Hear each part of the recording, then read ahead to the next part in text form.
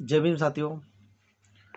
आज का सवाल है बुद्ध का शून्यवाद क्या है। बुद्ध का शून्यवाद क्या है। इस सवाल का जवाब बाबा साहब ने भगवान बुद्ध और उनका धम्म इस ग्रंथ के तीसरे खंड के तीसरे भाग के 5वें चैप्टर में दिया है।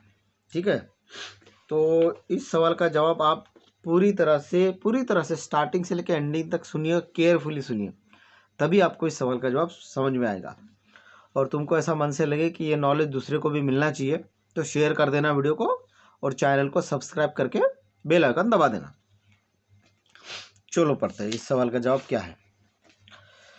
बाबा साहब ने लिखा है, अनियतता के सिद्धांत के 3 पहलू। अनियतता बोले तो कंटिन्यूटी, यानी नियमित नहीं रहते, बदलता रहता है, हर चीज बदलती रहती है। अनेक तत्वों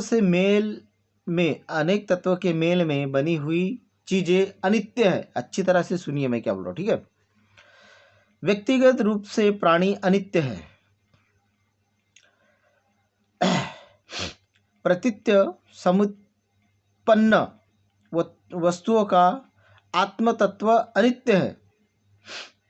अनेक तत्वों के मेल से बनी हुई चीजों को अनियतता की बात महान बुद्ध दार्शनिक असंग ने अच्छी तरह समझाई है। सभी चीजें असंग का कहना है हेतुओं तथा प्रत्ययों से उत्पन्न है। किसी का हेतु स्वतंत्र अस्तित्व नहीं है। अच्छे से सुनिए क्या लिखा है, किसी का कोई स्वतंत्र अस्तित्व नहीं है। जब हेतु प्रत्ययों का उच्छेद हो जाता है तब वस्तुओं का अस्तित्व नहीं रहता। जब हेतु खत्म हो जाता है तब वस्तुएं नहीं रहती। प्राणी का शरीर पृथ्वी, जल, अग्नि और वायु, ये 4 महाभूतों का परिणाम है। 4 याद अच्छी तरह सुनिए, पृथ्वी, जल, अग्नि और वायु सिर्फ 4 है। जब इन चारों महाभूतों का पृथ्वीकरण हो जाता है तब प्राणी नहीं रहता। पृथ्वीकरण बोले तो जहाँ के वहाँ अग्नि जहाँ चली जाती है, वायु में मिल जाता है। जब ये सब मिल जाते हैं एक दूसरे में तो ये प्राणी खत्म हो जाता है। अनेक तत्वों के मिल से बनी हुई चीजें अनित्य है। कहने का अभिप्राय यह है, जीवित प्राणी की अनित्यता की सर्वश्रेष्ठ व्याख्या ये है कि वह है नहीं, वही हो रहा है। आगे पढ़िए, देखिए आगे पढ़ता हूं। संक्षेप यह है कि मानव निरंतर परिवर्तनशील है, निरंतर संवर्धनशील है। वह अपने जीवन के 2 भिन्न क्षणों में एक ही नहीं रहता। ध्यान से सुनिए, वह अपने जीवन के 2 भिन्न क्षणों में एक नहीं रहता। इस सिद्धांत का तीसरा पहलू एक सामान्य आदमी के लिए समझ सकना कुछ कठिन है। यह समझ लेना कि आदमी किसी न किसी दिन अवश्य मर जाएगा बड़ा आसान है, किंतु यह समझ सकना कि किस प्रकार एक प्राणी जीते जी परिवर्तित होता रहता है, इतना ही आसान नहीं। यह कैसे संभव है? भगवान बुद्ध का उत्तर था, यह इसलिए संभव है कि हर चीज अनित्य है। आगे चलकर इसी अनित्यता के सिद्धांत को शून्यवाद का रूप धारण कर लिया। बौद्ध शून्यवाद का मतलब 16 आने निषेध नहीं है, किसी का निषेध करना। यह 16 आने निषेध करना ऐसा शून्यवाद का मतलब नहीं है। ध्यान से सुनिए, इसका मतलब इतना ही है कि संसार में जो कुछ है वह प्रतिक्षण बदल रहा है। ये तो सत्य है, बदल ही रहता है। बहुत कम लोग इस बात को समझ पाते हैं कि शून्यवाद के ही कारण सभी कुछ संभव है।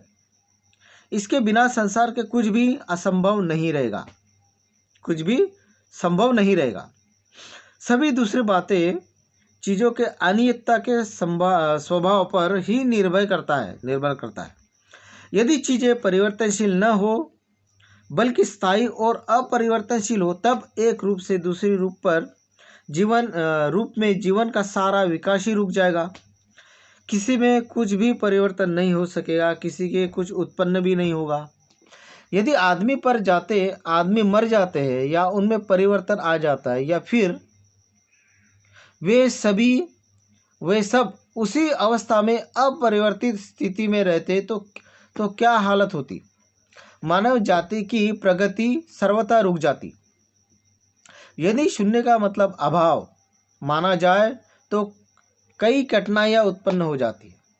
शून्य इस बिंदु के समान है जो एक पदार्थ है किंतु जिसकी कोई लंबाई या चौड़ाई नहीं। भगवान बुद्ध का यह उपदेश था कि सभी चीज़ें अनित्य है। इस सिद्धांत से हमें क्या शिक्षा मिलती है? इस प्रश्न का महत्व क्या है? इस सिद्धांत से हमें जो शिक्षा मिलती है वह सरल है। किसी वस्तु के प्रति आसक्त न होना, किसी भी वस्तु के प्रति आसक्ति नहीं रखना चाहिए। यह अनासक्ति संपत्ति के प्रति, अनासक्ति संबंधियों, मित्रों तथा परिचितियों के प्रति अनासक्ति का भी अभ्यास करने के लिए यह कहा गया है कि सभी चीज़ें अनित्य है। ध्यान से सुनिएगा इस चीज़ों को, ठीक है? जब